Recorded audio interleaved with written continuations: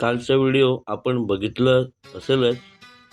गावकऱ्यानं जे पैसा जमा केले, अजून जमा करायचे चालू आहे. बजेट थोडं जास्त आहे. काम चालू झालेले आहे. गावाचे युवा ब्रिगेडचे भरपूर सपोर्ट या कामासाठी भेटत आहे. पण यापुढे काय, हे प्रश्न पण आहे. एका माणसाची मूलभूत जरुरियात जे असते ते रस्ता आणि पाणी.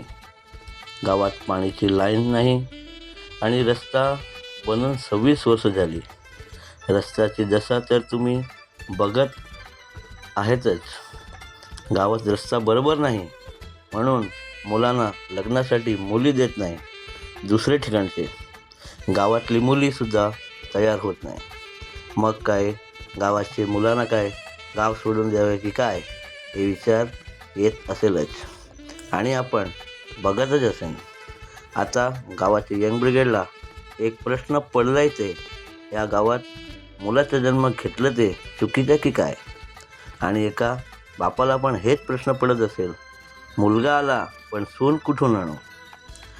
गावाच्या लोकांच्या भावना आजपर्यंत कुठल्या राजकारणी पक्षाला समजलं नाही. इलेक्शन येते आणि जाते, फरक पडते ते मात्र राई ग्रामस्थ गावाच्या युवा पिढीला.